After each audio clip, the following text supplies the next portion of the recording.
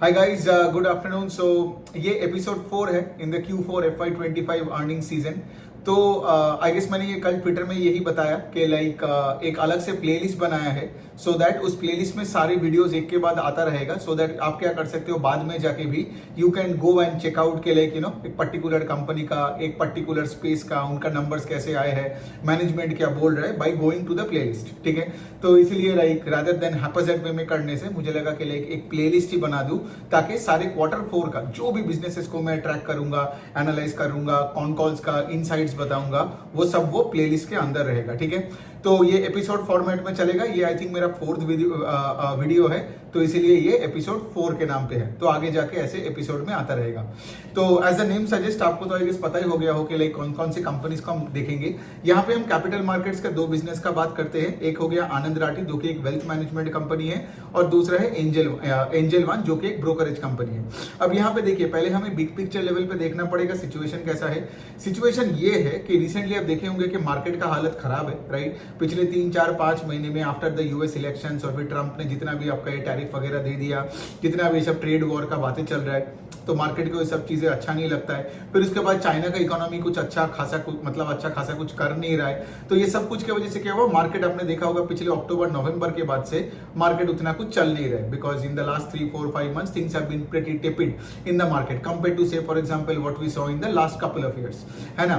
तो इसके वजह से क्या होता है ना, कैपिटल मार्केट्स का जो भी कंपनीज होते हैं वो उतना अच्छा नहीं करते हैं, उनका पेस ऑफ सेल्स ग्रोथ घट जाते हैं। और सोचिए ना, जब बेयर मार्केट आता है, जब जब स्टॉक्स में ग्रीन नहीं दिखता है, तो लोग कम डीमैट अकाउंट भी खोलते हैं, लोग कम ट्रेडिंग भी करते हैं, लोग कम एफएनओ भी करते हैं। बिकॉज जब बुरा हालत होता है तो वही ना, वो ट्रेडर्स भी थोड़ा अपना ब्रेक पुल कर देते हैं। वो भी सोचते हैं कि लाइक चलो ठीक है, थोड़ा अभी रुक जाते हैं, बाद में जब बुल रैली आएगा तो फिर से हम घुसेंगे, है ना। तो बेसिकली क्या होता है ना, ये कैपिटल मार्केट्स इसीलिए सिक्लिकल हो जाते हैं। तो ये हो गया एक वाला पॉइंट। दूसरा पॉइंट ये है कि यहाँ पे आपने देखा होगा, मैंने एक कंपनी बोला जो वेल्थ मैनेजमेंट और दूसरा है ब्रोकरेज। तो brokerage companies are always more cyclical than the wealth management companies. क्यों होता है, इसका भी पहले फंडामेंटल समझ लो। ब्रोकरेज कंपनीज में क्या होता है, सोचो, ब्रोकरेज कंपनीज क्या हमें से वॉल्यूम ग्रोथ चाहिए, है ना। जितना ज्यादा हमारा डेली टर्नओवर्स बढ़ेगा, जितना ज्यादा हमारा नंबर ऑफ ऑर्डर्स बढ़ेगा, राइट, उतना ज्यादा हम पैसे कमाएंगे। लेकिन अगर आप एक वेल्थ मैनेजमेंट कंपनी को देखते हो कि वो सिर्फ वॉल्यूम के पीछे नहीं जाते हैं, वो देखते हैं कि वैल्यू दे रहे हैं कि नहीं क्लाइंट का। बिकॉज वेल्थ मैनेजमेंट कंपनीज का क्लाइंट्स कौन होते हैं, ये सब अल्ट्रा एचएनआई या एचएनआई, राइट। और वेल्थ मैनेजमेंट कंपनीज का जो आरएम्स होते हैं, वो ये सब ये एलआईसी का एजेंट की तरह नहीं होते हैं। वो भी पढ़े लिखे लोग होते हैं जो कि अपने क्लाइंट्स को केटर कर रहे हैं। बिकॉज सोचिए ना, आप किसी का अगर 10 करोड़ का पोर्टफोलियो मैनेज कर रहे हो, 50 करोड़ का पोर्टफोलियो मैनेज कर रहे हो, right. So as a relationship manager to that one particular client, you have to be well educated in equity research, financial planning, आपका सर्टिफिकेशंस वगैरह भी होनी चाहिए, तब जाके वो आपका सुनेगा ना। वरना वो क्यों ऐसा एक बंदे का सुनेगा जो सिर्फ कमीशन के लिए काम कर रहा है। So since wealth management deals with a lot of rich clients, right. And second of all, since यहाँ पे पढ़ाई लिखाई कुछ ज्यादा होते हैं, राइट। सो इसी वजह से क्या है, वेल्थ मैनेजमेंट भी सिक्लिकल है, लेकिन they are far less cyclical than the brokerage companies. ब्रोकरेज कंपनीज का तो आपको पता ही है, राइट। ब्रोकरेज कंपनीज का वो ये कोई भी एक एंजल वन या ज़ेरोधा का अकाउंट खोल लो और ऐसे एफएनओ ट्रेडिंग चालू करवा दो based on certain tips and इधर उधर जो आपके प्लेटफॉर्म में आपको मिलता रहता है। सो ये हो गया एक बर्ड्स आई व्यू का चीज। अब दूसरे साइड में हम पहले जानते हैं कि लाइक यहाँ पे भी सिंस मैंने क्या बताया कि brokerage companies are way more volatile than the wealth management companies, और इसका प्रूफ आपको नंबर में दिखेगा। If I just talk about the Q4 numbers, right, Angel one का तो I think sales fell by 20% and Q4 over Q4 and profits fell by 50%। अब इसका 2 reason है। एक तो मैंने ऑलरेडी बताया, right, because of all the market volatility and US में क्या हो रहा है, चाइना में क्या हो रहा है, ये क्या हो रहा है, वो क्या हो रहा है, बहुत सारे प्रॉब्लम्स चल रहे हैं। लेकिन उसके साथ एक और चीज है ना, जो एफएनओ का, जो हमारे सेबी ने एफएनओ का रेगुलेशंस बदल दिया।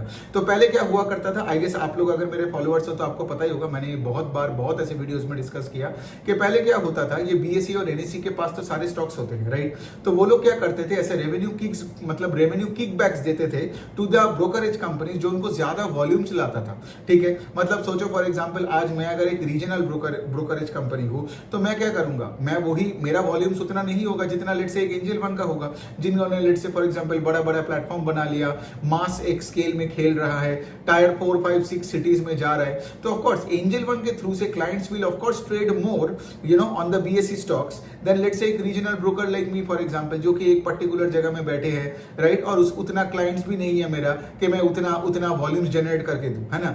तो इसीलिए क्या होता था, पहले बीएसई और एनएसई क्या करता था, ये जो एक्सचेंजेस होते थे ये एंजल वन को फेवर करते थे ओवर द छोटे छोटे ब्रोकर्स, ठीक है। लेकिन सेबी ने आके फिर क्या बोला कि भाई अभी ये सब नहीं चलने वाला है, right. No one particular broker will get any kind of undue advantage in terms of making more money from the exchanges just because वो ज्यादा वॉल्यूम्स ला रहा है, ठीक है।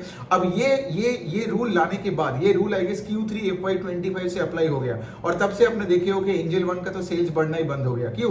बिकॉज एंजल वन का 12 to 14% ऑफ सेल्स आता है फ्रॉम द एंसिलरी इनकम, ठीक है, अदर इनकम का एक पार्ट है, ठीक है। बिकॉज ऑफ कोर्स उनका 70-75% सेल्स आज भी F&O ट्रेडिंग वॉल्यूम्स के पैसे से आता है, लेकिन बाकी का जो पार्ट है उसका एक हिस्सा जो है that is 12% of total sales जो आता है because of the kickbacks from the exchanges. अब ये गायब हो गया, मतलब सोचो अगर आप पहले 100 रुपए बनाते थे, उसमें से 12 रुपए गायब हो गया because of a regulatory change.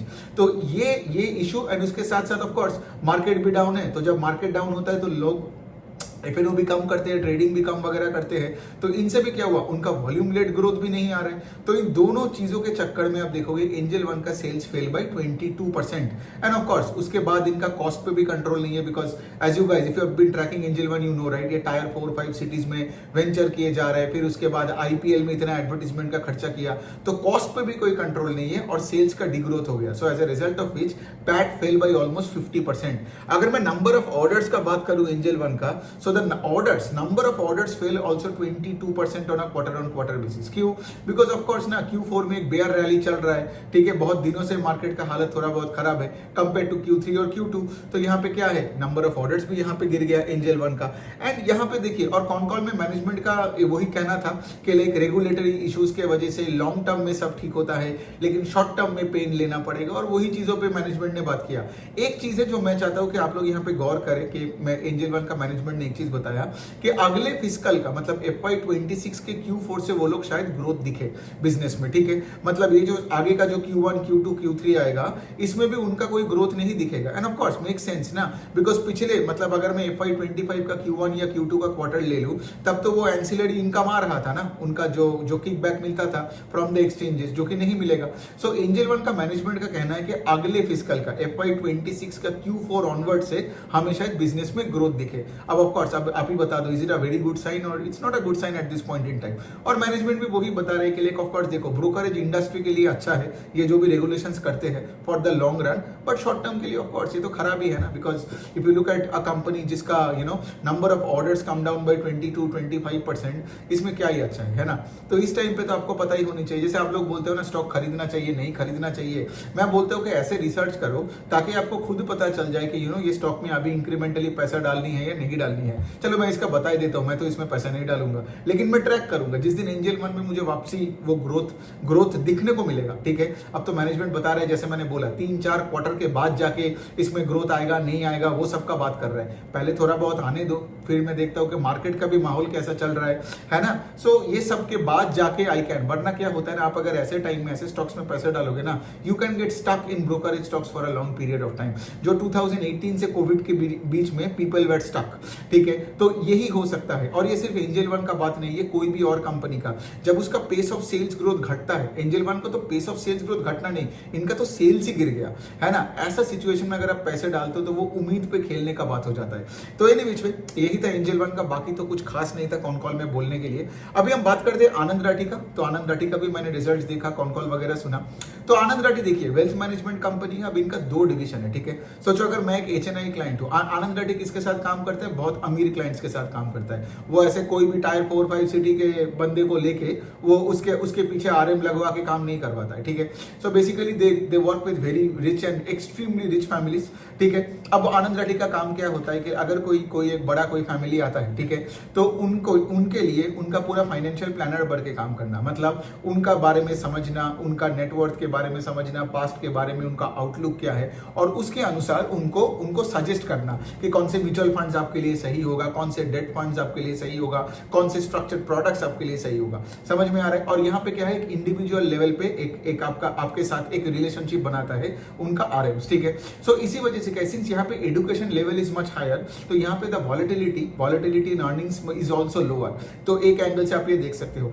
दूसरे साइड में क्या है, दूसरे साइड आनंद राठी क्या करवाता है, आनंद राठी मेजॉरिटी पैसा मतलब 60-70% ऑफ देयर क्लाइंट्स मनी को म्यूचुअल फंड्स में रीडायरेक्ट करते हैं। ऑफ कोर्स आपको पता ही, राइट, म्यूचुअल फंड्स में अगर आप रीडायरेक्ट करोगे, वो उसमें भी अगर लार्ज कैप स्टॉक ज्यादा हो तो यहाँ पे उतना वॉलेटिलिटी नहीं होगा। आपने देखा ही होगा, राइट, पिछले 3-4 महीने में SMEs and the small cap stocks का कितना धुलाई हुआ, लेकिन लार्ज कैप स्टॉक्स में उतना धुलाई नहीं होता है ना, बिकॉज शायद उनमें उतना ग्रोथ नहीं है, बट सिंस वो डिविडेंड देते हैं तो उनका स्टॉक एक जगह में टिकता है। तो यहाँ पे भी आनंद राठी का भी, सिंस वो क्लाइंट का 60-70-75% पैसा वो ऐसे म्यूचुअल फंड्स में डलवा रहे हैं, तो ऑफकोर्स यहाँ पे उनका अर्निंग स्टेबिलिटी ज्यादा है। समझ में आ रहा है, compare to say for example angel one का। नाउ अभी आपको समझ में आ रहा है कि दोनों में डिफरेंस क्या है। और अगर मैं आनंद राठी का नंबर्स भी बताऊं ना, तो Q4 में उनका 20-22% का सेल्स का ग्रोथ हुआ। एक तरफ एंजल वन का 20% का सेल्स घटा, आनंद राठी का 20% का सेल्स बढ़ा। समझ में आ रहा है। और उन्होंने ये भी बताया कि अगले फिस्कल में FY26 जो आने वाला है, इसमें वो 20% का सेल्स का ग्रोथ दिखा देगा ओवर FY25, ठीक है। अब यहाँ पे बात आता है कि हम हमेशा क्या बोलते हैं कि गाइडेंस पे हमें चलना है, क्योंकि दुनिया जिस तरह जा रहा है, मार्केट उस तरीके से रिएक्ट करता है रादर देन जो पास्ट में हुआ।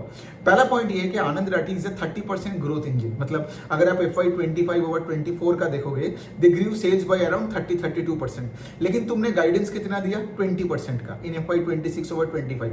इसका क्या मतलब है कि तुम्हारा गाड़ी का स्पीड घट रहा है। समझ में आ रहा है, वही गाड़ी का एनालॉजी, तो तुम्हारा गाड़ी का स्पीड घट रहा है, which is not a great sign for share holders, right. And of course, right, यहाँ पे भी आपको समझना पड़ेगा कि सिंस मार्केट इतना वॉलेटाइल है, चाइना में इतना बवाल, यूएस में इतना कुछ हो रहा है और एक बेयर रैली चल रहा है, इसके वजह से क्या है, इसके वजह से मैनेजमेंट का भी थोड़ा बहुत कॉन्फिडेंस कम हो गया। और दूसरे साइड में सोचो ना, म्यूचुअल फंड्स में भी, म्यूचुअल फंड्स का आई थिंक एग्जैक्ट मुझे नंबर नहीं पता है, बट म्यूचुअल फंड का जो डेटा होता है वो भी यही बता रहा है कि पिछले 3-4 महीने में इनफ्लोज उतना नहीं हुआ है जितना लेट से पहले हुआ करता था, ठीक है। और जैसे मैंने बोला, आनंद राठी का 70% ऑफ क्लाइंट्स का पैसा तो म्यूचुअल फंड्स में ही जा रहा है। और उसमें भी क्या हो रहा था पिछले 2-3 साल में, the portion of equity to total mutual funds, the equity का बेस भी बढ़ते जा रहा था, है ना। और लोग डेट म्यूचुअल फंड में कम पैसे डाल रहे थे। एंड ऑफ कोर्स, अगर आप लेट से अपने क्लाइंट्स के पैसे को लेके म्यूचुअल फंड्स में भी अगर आपने इक्विटी म्यूचुअल फंड्स में ज्यादा किया, तो तुम्हारे कंपनी को ज्यादा पैसा मिलता है देन लेट से फॉर एग्जांपल एक डेट फंड में। मतलब वही है ना, जो फंड मैनेजर जो लेट से एक एक्टिव इक्विटी फंड मैनेज कर रहा है, उसका तनख्वाह, उसका सैलरी ज्यादा होता है देन लेट से एक फंड मैनेजर जो लेट से एक पैसिव एक फंड को मैनेज कर रहा है, लेट से एक निफ्टी फंड को मैनेज कर रहा है, या फिर वो कोई डेट फंड को मैनेज कर रहा है। तो यही वाला पॉइंट है। तो आनंद राठी को ऑपरेटिंग लेवरेज और भी मिलता था पिछले 2-3 साल से, बिकॉज उनका इक्विटी का portion to total mutual funds में भी पैसा ज्यादा जा रहा था। लेकिन अभी क्या प्रॉब्लम हो रहा है, वही ना, अकेले जब लेट से मार्केट थोड़ा डाउन होता है तो लोग फिर इक्विटी म्यूचुअल फंड में पैसा डालने से पहले भी 2-2 बार सोचते हैं। आई एम सॉरी,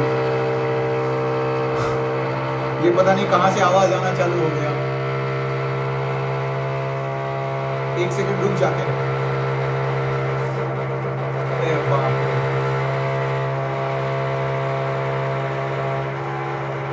पता नहीं कौन से घर में क्या चलता है क्या नहीं चलता। चलो अभी चुप हुआ, चलो मैं जल्दी खत्म कर देता हूं। सो बेसिकली अभी फिर से चालू हो गया। एनीवे, सो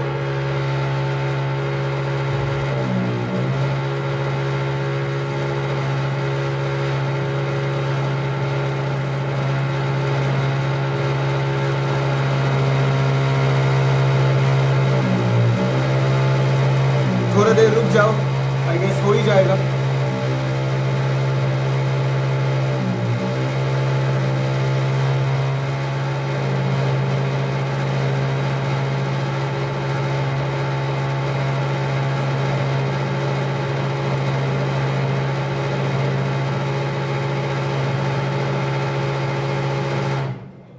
हाँ, आई थिंक अभी ये चुप हुआ, तो जल्दी से खत्म करते हैं। तो जब ये बेयर मार्केट आता है ना, तो लोग क्या करते हैं ना, म्यूचुअल फंड में पैसा डालने से पहले सोचते हैं। तो इसीलिए आनंद राठी के पास एक और प्रोडक्ट है, उसको हम बोलते हैं स्ट्रक्चर्ड प्रोडक्ट्स, ठीक है। स्ट्रक्चर्ड प्रोडक्ट्स में क्या होता है ना, वो एक खिचड़ी टाइप का होता है, उसमें सारे एसेट क्लासेस होते हैं। उसमें आपका डेट फंड्स होता है, equity, I don't know, like शायद मुझे वीडियो एंड करनी चाहिए अभी, मैं अगला वीडियो में ये सब कुछ बताता हूँ।